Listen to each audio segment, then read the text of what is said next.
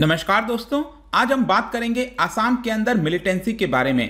आपने recently news सुना होगा कि 5 ट्रकर्स को जो ट्रक चलाते हैं उनकी हत्या कर दी गई है आसाम के अंदर मिलिटेंट्स के द्वारा। ये आप देख सकते हो, DNLA मिलिटेंट्स गन डाउन 5 इन आसाम डीमा हासो डिस्ट्रिक्ट। तो इसके बारे में हम डिटेल से समझेंगे और पूरा इतिहास देखेंगे कि एग्जैक्टली जो मिलिटेंसी है वो कब से चलते आ रही है, क्यों चलते आ रही है, और ये प्रेजेंट में ये जो ऑर्गेनाइजेशन है DNLA ये कब फॉर्म हुआ, एग्जैक्टली है क्या। काफी कुछ जानने को है, चलिए आगे बढ़ते हैं। लेकिन उसके पहले अगर आप यूपीएससी की तैयारी कर रहे हैं या फिर किसी भी एग्जाम की प्रिपरेशन कर रहे हैं, सिंपली डाउनलोड आवर ऐप या फिर studiiq.com पर जा सकते हैं। बहुत कम दाम पर जितने भी कोर्सेज हैं आपको वहां पर उपलब्ध करा दिए जाएंगे। चलिए देखते हैं एग्जैक्टली यहां पर हो क्या रहा है। हम पहले इसको डिस्कस कर ही क्यों रहे हैं, क्योंकि अभी हुआ क्या था, 2 दिन पहले करीब 7 ट्रक गुजर रहे थे और उसके अंदर जो कोयला हो गया, क्लिंकर हो गए, जो बनाते हैं ना सड़क वगैरह, कई सारी चीजें जो हैं वो ले जाया जा रहा था। और यहां पर जो मिलिटेंट्स हैं उन्होंने क्या किया कि उसको पहले फायर किया, पहले यहां पर गन फायर वगैरह किया गया ट्रक के ऊपर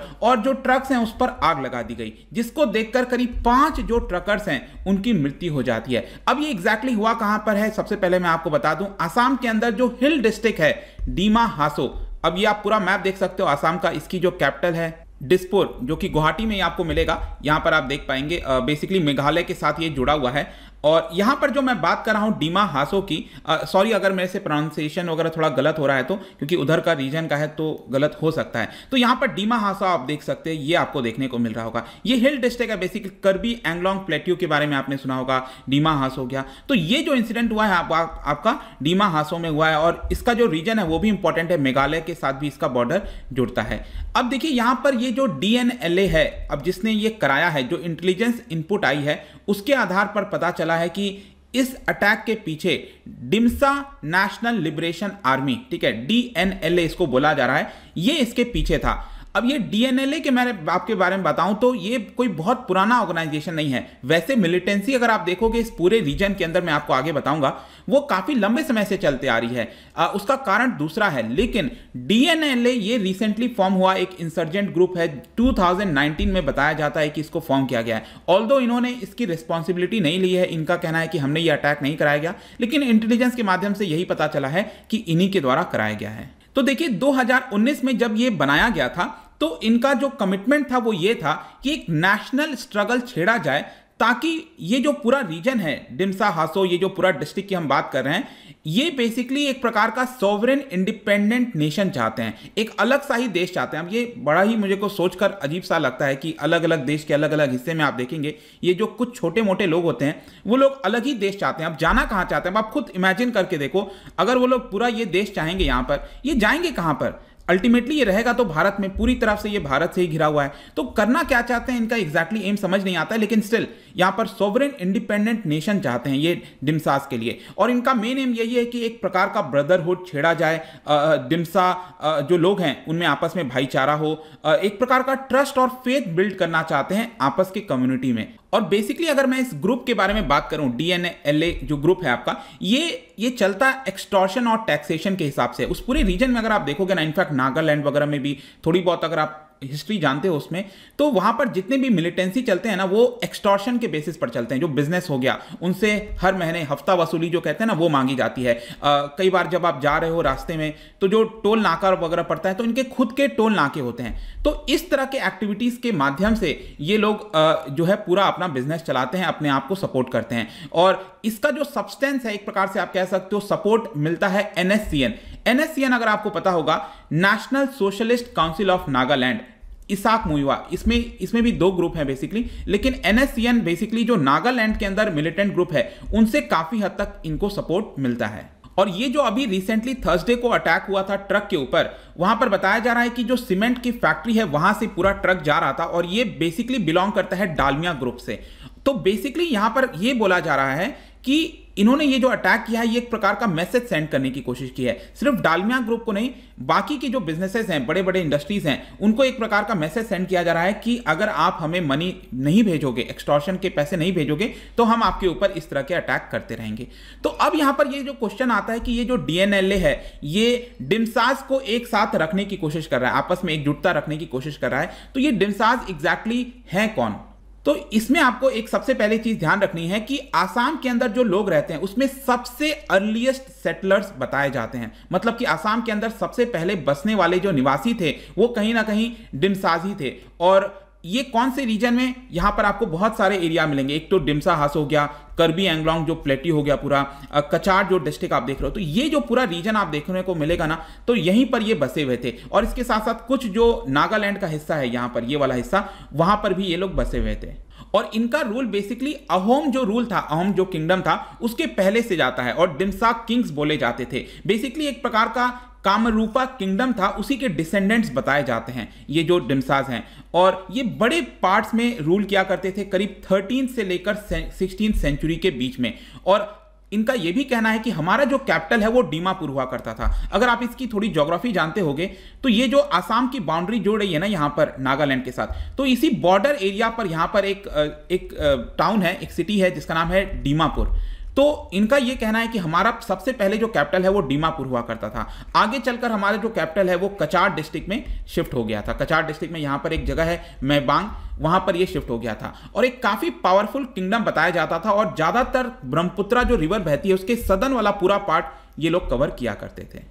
तो ये तो थोड़ा हमने वहां पर जो ग्रुप है डिमसाज उसके हिस्ट्री के बारे में जाना। लेकिन क्वेश्चन ये आता है कि मिलिटेंसी की हिस्ट्री कैसी रही है उस पूरे रीजन के। अगर हम अंदर देखें, डीमा हासो, ये जो पूरा डिस्ट्रिक्ट है जो मैंने आपको दिखाया 4-5 डिस्ट्रिक्ट, उसकी हिस्ट्री कैसी रही है मिलिटेंसी की। देखिए बताया जाता है कि यहां पर जो इंसर्जेंसी है वो लोग चाहते हैं कि एक अलग सा राज्य उनको मिले। सबसे पहले अगर हम रीसेंट टाइम्स में बात करें 1960s 70s की, तो ये लोग अलग स्टेटहुड की मांग कर रहे थे। तो मिड 1990s में अगर आप देखोगे तो मिलिटेंसी बहुत ज्यादा पीक पर चली गई थी उस समय।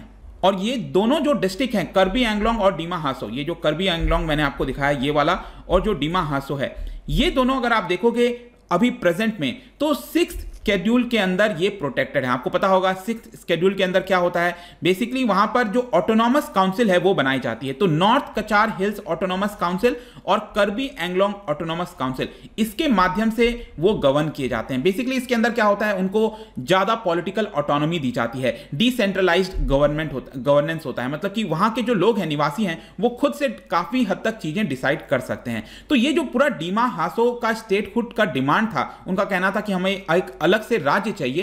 तो 1960s से वैसे तो इसकी पूरी मांग बढ़ी थी। और उसके बाद आपको पता है मेघालय एक अलग राज्य बन गया था। लेकिन कर्बी एंगलोंग और नॉर्थ कचार जो एरिया है, उस समय कांग्रेस की गवर्नमेंट ने उनको प्रॉमिस किया था कि हम आपको एक ऑटोनॉमस स्टेट बनाकर देंगे। मतलब आसाम राज्य के अंदर ही आपको एक अलग सा ऑटोनॉमस राज्य का दर्जा दिया जाएगा। मतलब ये अलग से कोई राज्य नहीं होगा, लेकिन आसाम के अंदर ही एक ऑटोनॉमस, मतलब पूरी तरह से आपको ऑटोनॉमी दे दी जाएगी। आपका भी खुद का चीफ मिनिस्टर होगा। इस तरह की चीजें एज पर आर्टिकल 244A किया जाएगा। उनको प्रॉमिस किया गया, लेकिन ये कभी भी इंप्लीमेंट नहीं हुआ, यह आपको समझना है। और इसी की वजह से धीरे धीरे क्या होता है कि यहां पर जो फुल फ्लेज स्टेट का डिमांड है वो बढ़ने लग गया। मतलब पहले उनको प्रॉमिस किया गया कि यहां पर हम आपको एक ऑटोनॉमस स्टेट का दर्जा दे देंगे, लेकिन कभी इंप्लीमेंट नहीं हुआ। फिर 1991 में अगर आप देखोगे तो एक मिलिटेंट ग्रुप फॉर्म होता है जिसका नाम है DNSF, डिमसा नेशनल सिक्योरिटी फोर्स। ये जो ग्रुप है 1991 में बना, लेकिन 1995 में ही ये सरेंडर कर दिया। लेकिन इसका जो कमांडर इन चीफ है वो अलग हो गया और उसने एक अलग ऑर्गेनाइजेशन बना लिया जिसका नाम है डीमा हलाम दागा। ठीक है, तो ये एक अलग से आपका ऑर्गेनाइजेशन बना लेता है। फिर यही जो पर्टिकुलर पर्सन है इसको फिर से अरेस्ट कर लिया जाता है 2009 में, और एक सीज फायर एग्रीमेंट हो जाता है 2012 में, और बोल दिया जाता है कि आप पॉलिटिक्स आकर ज्वाइन कर लो। और इनफैक्ट आगे चलकर रिसेंटली 2-3 साल पहले वो कन्विक्ट भी हो जाता है, उसके ऊपर इल्जाम लगाया जाता है कि आपने ये गलत काम किया है। वो एक पूरा अलग मामला है। तो ये तो पहले के ऑर्गेनाइजेशंस थे जो कि ऑलमोस्ट खत्म हो गए थे। तो अभी क्या हुआ, 2019 में मैंने आपको बताया जिसके ऊपर आरोप लगा है, ये जो नया एक ऑर्गेनाइजेशन आया है DNLA, ठीक है, जिसके ऊपर आरोप लगा है कि इन्होंने 5 ट्रकर्स को मारा है। इसके बारे में मैं आपको बताऊं तो ये कोई बहुत बड़ा ऑर्गेनाइजेशन नहीं, बहुत ही छोटा ऑर्गेनाइजेशन है। इन्होंने पहले भी थोड़ी छोटी मोटी चीजें यहां पर की हैं, एक्सटॉर्शन का अटेम्प्ट किया है, बहुत सारी चीजें की हैं, फायरिंग की हैं, लेकिन इतना बड़ा इंसिडेंट, ये जो इतने सारे 5 लोगों को मारना कोई आसान बात थोड़ी। आप फायर कर रहे हो, ट्रक्स को जला दे रहे हो। ये पहली बार इतना बड़ा इंसिडेंस हमें देखने को मिला है। तो क्वेश्चन ये आता है कि ये जो डीएनएलए के द्वारा किया गया है, इसका सिग्निफिकेंस क्या है, इस अटैक को हम किस प्रकार से देख सकते हैं। देखिए प्रेजेंट में अगर आप देखोगे तो यहां पर जो गवर्नमेंट है वो कोशिश कर रही है कि जो मिलिटेंट ग्रुप्स हैं उनको मेन स्ट्रीम में लाया जाए। कैसे, जैसे उनको ना कर उनको बोला जाए आप सरेंडर करो और मेन स्ट्रीम में लाया जाए। और बीजेपी का कहना है कि जब से हम 2016 से आए हैं पावर में तो 3400 से ज्यादा मिलिटेंट्स को सरेंडर करवाया है। और यहां पर बोडो पीस अकॉर्ड भी साइन हुआ था, आपको याद होगा, जनवरी 2020 में। और ये जो फैक्शन, ये जो ग्रुप है एनडीएफबी, इसको भी आर्म्स रख देने के लिए बोल दिया गया कि आप सरेंडर कर दो। अब ये जो पूरा आपका इंसिडेंस हुआ है, जो जहां पर ट्रकर्स को जलाया गया है, ये आपको समझना है। एक और चीज हो रहा है वहां पर कि टूरिज्म और डेवलपमेंट तेजी से बढ़ रहा है। मतलब वहां पर जो मोमेंटम है डेवलपमेंट का, टूरिज्म का, वो डीमा हासो पर्टिकुलर डिस्ट्रिक्ट के अंदर आपको बढ़ते हुए देखने को मिलेगा। और इसीलिए जो स्पेशल डीजीपी हैं उनका यही कहना है कि जल्द से जल्द हमें डीएनएलए को यहां पर खत्म करना चाहिए, न्यूट्रलाइज करना चाहिए। अदरवाइज आगे चलकर ये कहीं बड़े ना हो जाए और ये प्रॉब्लम ना क्रिएट करने लगे। और इसी को देखते हुए यहां पर जो बीजेपी के भी स्पोक्स पर्सन है वहां पर राज्य में, उनका भी यही कहना है कि हम स्ट्रिक्टेस्ट लेवल ऑफ एक्शन लेंगे ताकि इनको अकाउंटेबल ठहराया जा सके। चलिए देखते हैं एग्जैक्टली होता क्या। बट आई होप कि इस वीडियो के माध्यम से जो भी मिलिटेंट्स की जो एक्टिविटी है वो क्यों हो रही है, क्या है पूरी हिस्ट्री, वो आपको जानने को मिल गया होगा। जाने से पहले एक इंटरेस्टिंग क्वेश्चन आपके लिए, अहोम किंगडम के बारे में। बहुत ही सिंपल क्वेश्चन है। अहोम किंगडम बेसिकली आपको बताना है इतिहास के कौन से पीरियड में ओरिजिनेट हुआ था। तो इसका जो राइट आंसर है आपको पता ही है, मेरे इंस्टाग्राम पर तो मिलेगा ही, वहां पर अगर आप नहीं हो कोई बात नहीं, आप टेलीग्राम से भी ले सकते हैं इसका सही उत्तर। मैं कई सारे एमसीक्यूज यहां पर डालता रहता हूं स्टोरीज के फॉर्म में, आप जाकर प्ले कर सकते हो। बाकी अगर आपको पीडीएफ चाहिए तो टेलीग्राम पर आइए, अलग अलग सोशल मीडिया पर भी आप जुड़ सकते हैं। साथ ही साथ अगर आप यूपीएससी या फिर किसी भी एग्जाम की प्रिपरेशन कर रहे हैं, simply download our app. I hope कि ये वीडियो आपको पसंद आया होगा। मिलता हूं आपसे next time. Till then, thank you very much, see you soon.